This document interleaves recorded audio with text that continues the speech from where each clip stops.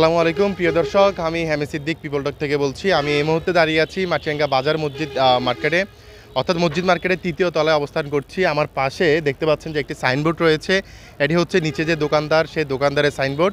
ঠিক সাইনবোর্ডের পাশেই হচ্ছে আমাদের বিদ্যুতের লাইন, যে লাইনটিতে গতকাল বিদ্যুৎ শর্ট খেয়ে তিনি হাসপাতালে ভর্তি হয়েছে। এখানে আরও তার আগেও নাকি এখানে বেশ একজন মানুষ মারা গেছে এবং অলরেডি বেশ কয়েকজন আহত হয়েছে, কিন্তু এই সংশ্লিষ্ট কর্তৃপক্ষ তারা এই বিষয়ে কোনো প্রকার আসলে ব্যবস্থা নেয়নি, যদিও বা বারবার আশ্বাস দিয়েছে। আমরা বিস্তারিত জানার চেষ্টা করব আজকের এই প্রতিবেদনে।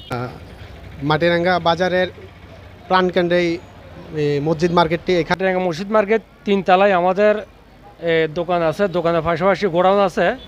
কিন্তু দুঃখজনক বিষয় হয়েছে, আমাদের পাশে মসজিদ মার্কেট 3 তলায় প্রায় 13,000 কেবির একটা লাইন, কারেন্টের লাইন দেওয়া আছে, কিন্তু ওইটা হচ্ছে কোনো কাভার নাই। এ পর্যন্ত মাটিরাঙ্গাতে 2 জন আহত হয়েছে এবং 2-3 জন আহত হয়েছে এবং 1 জন নিহত হয়েছে।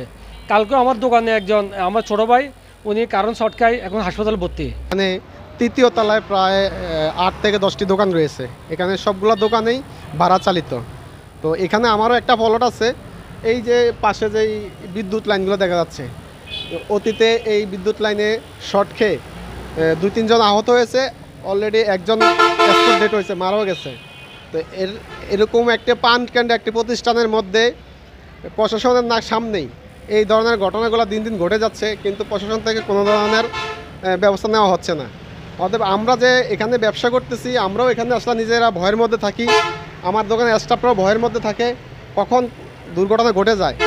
উপজেলা প্রশাসন যারা অতীত ছিল ওদেরকে অবগত করলাম, মসজিদ মার্কেটে সাবেক যারা ছিল ওদেরকে অবগত করলাম। ওরাও এটা আশ্বাস দিচ্ছে, এটা হচ্ছে এই উপরে কাভার লাগাবে, কিন্তু এ পর্যন্ত কাভার লাগায় না। এবং অব্দ অফিসও অব্দ অফিসটা আমরা অবগত করলাম, এরা আসি দেখে আমাদের বললো যে রিসেন্টলি আমরা উপরে তার উপরে একটা কাভার দেবে, নলে লাইনটি সরা দিবে। এইভাবে আমাদেরকে কয়েকটা আশ্বাস দেওয়ার পরও আমাদের কাভার না দেওয়ার কারণে বারবার দুর্ঘটনা হচ্ছে। এটার জন্যে আমরা প্রশাসনকে বলবো এবং বিদ্যুৎ ব্যবস্থাকে বলবো, এটাকে হয়তো এখান থেকে সরে দেওয়ার ব্যবস্থা করুন, আর নয়তো বিকল্প ব্যবস্থা হিসাবে এটাকে পাইপ বা কাভারিং যে কোনো একটা ব্যবস্থা করে দিলে আমরা নিরাপদে এখানে ব্যবসা করতে পারবো। এবং যারা দূর দূরান্ত থেকে আমাদের এখানে কাস্টমাররা আসে, তারা হয়তো উপরে আসা যাওয়া করে, তাদেরও একটা বিপদের ঝুঁকি থেকে যায়। আমরা আসলে এখন যেখানে আছি এই ঠিক এইখানে গতকাল কাজ করতে গিয়ে কর্মরত যারা ছিলেন তারা বিদ্যুতের শর্ট খেয়েছে।